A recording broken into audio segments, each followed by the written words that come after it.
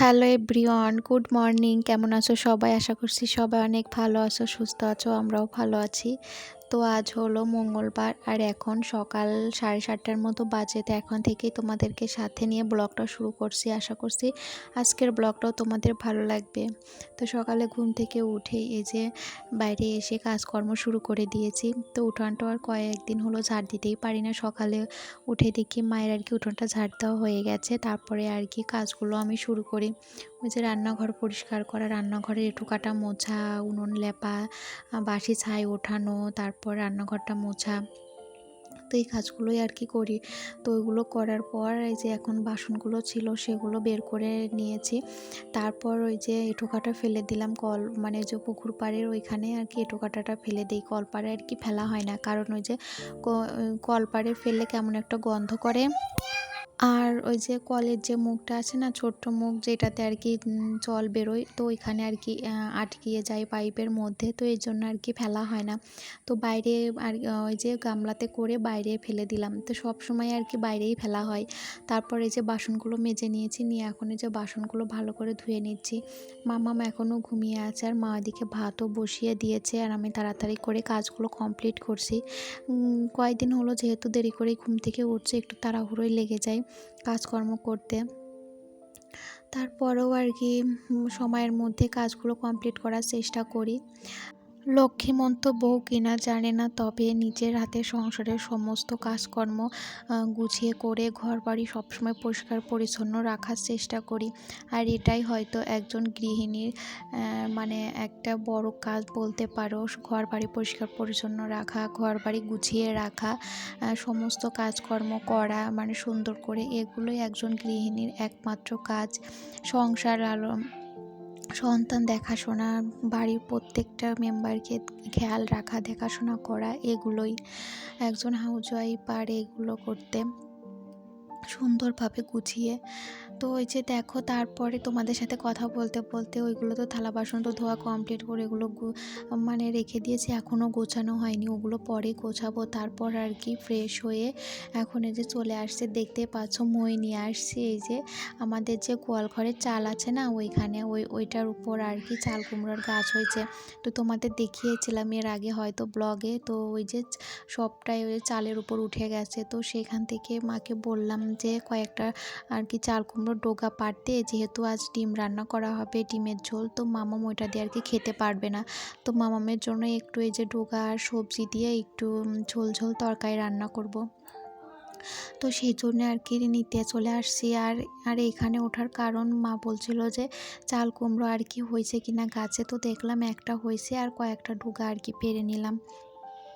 পেরে এখন এই যে একটা পেঁপেও পেরে নিচ্ছি। আমাদের এই গাছের পেঁপের অনেকগুলোই খাওয়া হয়েছে, এখনও অনেকগুলো বাকি আছে, ওগুলো খাওয়াবে। আর পেঁপে যেহেতু গাছে হয়েছে, তো বেশ ভালোই আর কি পেঁপে খাওয়া হচ্ছে। আর পেঁপে খেতে ভালোই লাগে, ডালে বলো, সেদ্ধ বলো, তারপরে ডিমে, তারপর তার সাথে অন্যভাবে রান্না করে ভাজি, সবভাবে আর কি পেঁপে খাওয়া হচ্ছে। আর ভীষণই ভালো লাগে কিন্তু পেঁপে খেতে। তারপর এখন এগুলো কেটে নিচ্ছি, যে ডোকাগুলো আর কি পেরে নিয়ে আসলাম, তো সেগুলো এখন কেটে নিচ্ছি। এগুলো খেতে কিন্তু ভালোই লাগে, কিন্তু ওই দেখছি এবার যে চাল কুমড়োর ডোকাগুলো হয়েছে, এগুলো খুব একটা ভালো হয়নি। আগে যখন আর কি হয়েছিল আগের বছর, তখন কিন্তু ওইগুলো অনেকটাই ভালো ছিল, প্রচুর খাওয়া হয়েছে। আর চাল কুমড়োও অনেক ধরেছিল জানো তো, যেমন ডোকা খাওয়া হয়েছে তেমন চাল কুমড়া খাওয়া হয়েছে। আর ওই যে বড়ি বসানোর জন্য রেখেও দিয়েছিল চাল কুমড়া। আর এইবার খুব একটা চাল কুমড়া হয়নি বলতে পারো, এখন পর্যন্ত একটাও হয়নি। তো আজ দেখলাম ছোট্ট একটা জালি মতো পড়ছে, জানি না কি হবে, বড় হবে কি না, কিন্তু গাছগুলো খুব একটা ভালো হয়নি। ওই যে হলুদ হলুদ পাতাগুলো হলুদ হলুদ হয়ে যাচ্ছে, কেন জানি এমন হলো বুঝতেই পারলাম না। আগেরগুলো অনেক সুন্দর হয়েছিল, কত তোমাদের তো দেখিয়েছি, অনেক চাল কুমড়া, তার সাথে গাছ ডোগা অনেক প্রচুর হয়েছিল। তো এবার খুব একটা হয়নি, তার কারণ আর লাগিয়েও ছিল অনেকগুলো, আর এমনি জানো তো গাছগুলো হয়েছিল।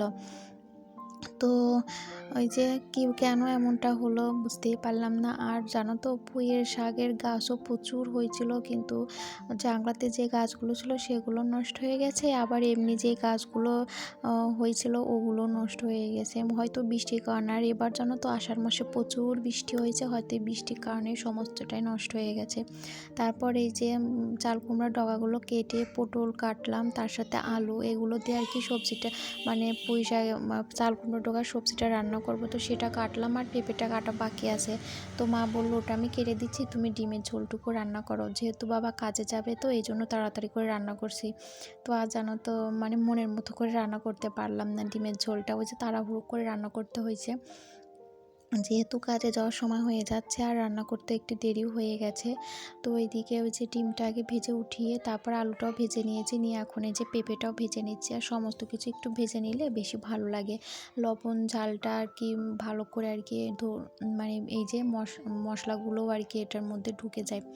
তো এই যে পেঁপেটা ভাজা হয়ে গেছে, এখন তুলে নিচ্ছি।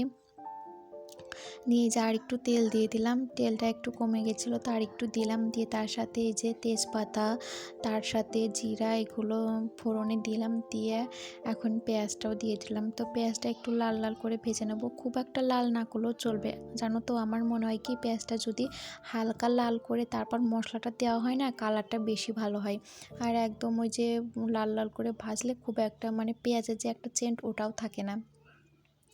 তো তার সাথে যে রসুনটা থেতো করে রেখেছিলো, একদম মানে ফিনিশিং করে বাটেনি, থেতো করে রেখেছিলো, ওইটা দিয়ে একটু ভাজা ভাজা করে নিয়ে তারপরে যে মশলাটাও দিয়ে নিয়েছি। তো এখন মশলাটা ভালো করে কষিয়ে নেব, একদম গা থেকে তেলটা ছেড়ে আসবে তখনই আর কি, দেখতেই পাচ্ছ একদম শুকনো শুকনো হয়ে গেছে কষাতে কষাতে। আর মশলাটা যত কষানো হবে রান্নাটাও কিন্তু তত বেশি ভালো হবে। আর আমার সব থেকে ভালো লাগে যে মশলা সুন্দর করে কষিয়ে রান্না করতে।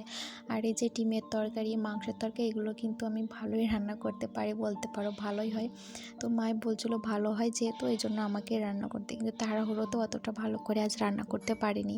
বিকেলের দিকে যখন রান্না করি রাতের জন্য, তখন ওই যে ধীরে সুস্থে আস্তে ধীরে মনের মতো করে রান্না করি, ভীষণ ভালো লাগে খেতে তখন। তো খুব একটাও খারাপ হয়নি, বেশ ভালোই হয়েছিল, খাওয়ার মতো বেশ ভালোই হয়েছিল। তো এখন এই যে মশলাটা কষিয়ে নিয়ে ডিম আলু ওইগুলোর সাথেও কষিয়ে ঝোলের জন্য জলও দিয়ে দিয়েছিলাম, তারপরে নামিয়েও নিয়েছি। আর বাবা ওইদিকে খাওয়া দাওয়া করতে বসেও গিয়েছে, তাড়াহুড়ো করে বলতে পারো ডিমের তরকারিটা রান্না করলাম। তো এখন এই যে সবজিটা রান্না করব, তো কালো জিরা ফোড়নে দিলাম, কাঁচামরিচ, তারপরে এই যে সবজিটা দিয়ে দিলাম। তো লবণ হলুদ দিব, লবণ হলুদ দিয়ে একটু নাড়াচাড়া করে তারপরে ঢেকে দিব, ঢেকে দিয়ে ফুটে উঠলে ঝোলটা একটু কমে গেলে একটু পিটুলু দিব, দিয়ে নামিয়ে ফেলবো, তাহলে রেডি হয়ে যাবে। একটু ঝোলঝোলি রাখবো যেহেতু মাম্মাম সোনা খাবে, তো এই জন্য একটু ঝোলঝোলি রাখবো। আর এই যে দেখো রান্নাবান্না কমপ্লিট, এখনও ধোয়া উঠছে তরকারি থেকে। এই তরকারিটা এইমাত্রই নামালাম, তার সাথে ডিম ভাজি মাম্মামের আর আমাদের জন্য ডিমের ঝোল। তো তারপর আর কি আমি মামামকে খাইয়ে দিয়েছি, দিয়ে তারপর আমরাও খাওয়া দাওয়া করে নিয়েছি, নিয়ে একটু থালা বাসন যেগুলো ছিল সেগুলো আর কি মেজে নিয়েছি। আর সকালে তো বাসন গোছানো হয়নি, শুধু মেজে ধুয়ে রেখে দিয়েছিলাম। তো এখন যেগুলো মেজে নিয়ে আসলাম, তো সবগুলো একবার এখন গুছিয়ে নিচ্ছি। এখানে যে উপর দিয়ে রাখি তোমরা তো দেখতেই পাও, বাসনগুলো আমাদের এখানে উপর দিয়ে রাখা থাকে। তারপর এখন এই যে ঘরটা ঝাড় দিয়ে নিচ্ছি, রান্নাঘরটা, এখন এই যে বারান্দাটা আর কি ঝাড় দিব, দিয়ে মুছে নেব ভালো করে। তো আজ মোছাটা তোমাদের সাথে শেয়ার করিনি, প্রতিদিন তো শেয়ার করি, তো ভাবলাম আজ ঝাড় দিচ্ছি সেটাই তোমাদের সাথে শেয়ার করি। এক একদিন এক একভাবে আর কি দেখালে বেশি ভালো লাগে বলো। প্রতিদিনই যদি একটাই জিনিস দেখানো হয় তোমরাও বোর হয়ে যাবে আর আমারও খুব একটা ভালো লাগবে না। তো এই জন্য একটু মানে কাজ তো আমাদের একই থাকে, তারপরও ওই যে একটু ঘুরিয়ে ফিরিয়ে দেখানোর চেষ্টা করে যাতে তোমাদের ভালো লাগে। আর বন্ধুরা আমার ভিডিও তোমাদের যদি ভালো লাগে তাহলে অবশ্যই একটা লাইক দিয়ে দিও, কমেন্ট করে জানিও। আর নতুন কোনো বন্ধু এই পর্যন্ত আমার ভিডিওটা দেখে থাকলে অবশ্যই আমার চ্যানেলটিকে সাবস্ক্রাইব করে আমার পাশে থেকো। আর যারা এই কাজটা অলরেডি করে রেখেছো তাদেরকে অসংখ্য অসংখ্য ধন্যবাদ, এভাবেই আমার পাশে থেকো। তারপরে কয়েকটা জামা কাপড় ছিল সেগুলো কেচে নিয়েছি, নিয়ে এখন এই যে মেলে দিচ্ছি। তো সকালে আর কাচতে পারিনি, তো এখনই কেচে দিলাম। আর শুকিয়ে যাবে, রোদ্দুর আছে কয়েকদিন। ওই যে শ্রাবণ মাস পড়ার পর আর বৃষ্টি হয়নি জানো তো, বেশ ভালোই রোদ্দুর উঠছে। তবে একটু বৃষ্টি বৃষ্টি মন চাচ্ছে। বৃষ্টি কিন্তু আমার ভালোই লাগে, আর দু একদিন নেমে থাকলেও ভালো লাগে জানো তো। আমার না গরমটা একদমই সহ্য করতে পারি না, একটুও ভালো লাগে না। মনে হয় বৃষ্টি বৃষ্টি থাক, মাঝে মাঝে 1-2 দিন রোদ্দুর উঠুক, তারপর আবার বৃষ্টি হোক, এমনটাই বেশি ভালো লাগে। তো তারপরে দেখো তুলসী আসন মুছে নিলাম, তার সাথে পূজার বাসনগুলো ধুয়ে নিয়েছি, নিয়ে এখন এই যে ফুল তুলতে আসছি। আমাদের গাছ থেকে ফুল পাইনি জানো তো, আমাদের কত গাছ, কিন্তু গাছে ফুল নেই, সব ফুল তুলে নিয়ে গেছে সকালে। সকালে যেহেতু উঠতেও পারি না, ফুলও তুলতে পারি না, এই জন্য সকালে সব ফুল তুলে নিয়ে গেছে। তো এই যে পাশের বাড়ির জায়দের ওইখান থেকে কিছু সাদা ফুল তুলে নিলাম, আর এই যে আমাদের বাড়ির মধ্যে নয়নতারা, সেখান থেকে কয়েকটা নয়নতারা তুলে নিলাম। আমার কয়েকটা নয়নতারা গাছ আছে, এখন বেশ ভালোই ফুল ফোটে। ওই যে ঠাকুরের জন্য 2-1টা করে প্রতিদিনই তোলা হয়। তার সাথে তুলসী পাতা তুলে ঘরে রেখে দিলাম, দিয়ে এখন এই যে মানি প্লান্টের গাছগুলো দেখলাম যে জলটা শুকিয়ে গেছে, তো আবার একটু ভালো করে জল দিয়ে দিলাম। তো দেখছি যে গাছের পাতাগুলো একটু পরিষ্কার করতে হবে, একটু ধুলা পড়ে গেছে। অনেক দিনই হলো পাতাগুলো পরিষ্কার করা হয় না, শুধু ওই যে জলটাই দেওয়া হয়। তো দেখি আবার কবে পাতাগুলো একটু ভালো করে পরিষ্কার করে দেওয়া যায়। তো বাইরের কাজ সমস্তটাই কমপ্লিট হয়ে গেছে, এখন ঘরে চলে আসছি, ঘর গুছিয়ে নিচ্ছি। আগে বালিশগুলো গুছিয়ে রাখলাম, এখন বিছানাটাও আর কি ঝেড়ে নিচ্ছি। ঘরটা ভালো করে গুছিয়ে নিয়ে তারপর ঘরগুলো ঝাড় দিব, মুছবো। তারপরে আরেকটা কাজও বাকি আছে, সেটাও করতে হবে, সেটা করে তারপরে স্নান করব। আর এখন তো মাম্মাম, আর আগে তো জানো তো মাম্মামকে ঘুম পাড়িয়ে তারপরেই স্নান করতাম, আর এখন মামাকে ছাড়া কিছুতেই স্নান করতে চায় না। তো ওকে নিয়ে দুজনে একসাথেই স্নান করবো, এই জন্য মাম্মাকে 12টার আগে, 12টা 12:30টার আগেই সমস্ত কাজকর্ম কমপ্লিট করে নিতে হয়। যদি সকাল ওই 5টার দিকে উঠতে পারি না জানো তো, 10টা-11টার মধ্যে কাজ হয়ে যায়। কিন্তু ওই যে 7টা 7:30টা বেজে যায় কাজ শুরু করতে করতে, এই জন্য 12টা 12:30 বেজে যায় কাজ শেষ করতে। একটু সকালে উঠলে একটু সকালই কাজ হয়ে যায়। তো উঠতে যেহেতু পারি না, তার কাল রাতেও অনেকটা দেরি করে ঘুমিয়েছি, তো এই জন্য একটু দেরি হয়ে গেছে উঠতে। তো কি আর করার, এই যে কাজগুলো তো হয়ে যাচ্ছে এটাই।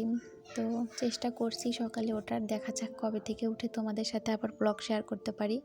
তো ঘর গোছানো কমপ্লিট হয়ে গেছে, এখন এই যে ভালো করে ঘরটাও ঝাড় দিয়ে দিচ্ছি। সব ঘরই গুছিয়ে এখন সবগুলো ঘরই ঝাড় দিব, দিয়ে বারান্দাটাও ভালো করে ঝাড় দিয়ে দিচ্ছি। আর প্রতিদিনই জানো তো আমি ঘরটা মুছে নই, একদিন বাদে বাদেই ঘরটা মুছি। কাল যেহেতু মোছা হয়নি, তো আজ ভাবলাম ঘরটা তাহলে মুছেই নিই। আর প্রতিদিনই মুছতে পারি না জানো তো, ওই যে সময় ওঠে না, কিন্তু একদিন পর পর আমাকে মুছতেই হয়। তো সব চেষ্টা করি যেই দিন আর কি হয়ে যায় তখন আর কি মোছা হয়। তো ঘর ঝাড় দিয়ে নিয়েছি, এখন এই যে মেশিনে তেল দিয়ে দিচ্ছি একটু, অনেক দিন ধরেই মেশিনে তেল দেওয়া হয় না, তো কাল বাবা নিয়ে আসছিলো, তো আজ দিয়ে দিচ্ছি। তো আজকের মতো ভিডিওটা এখানেই শেষ করছি।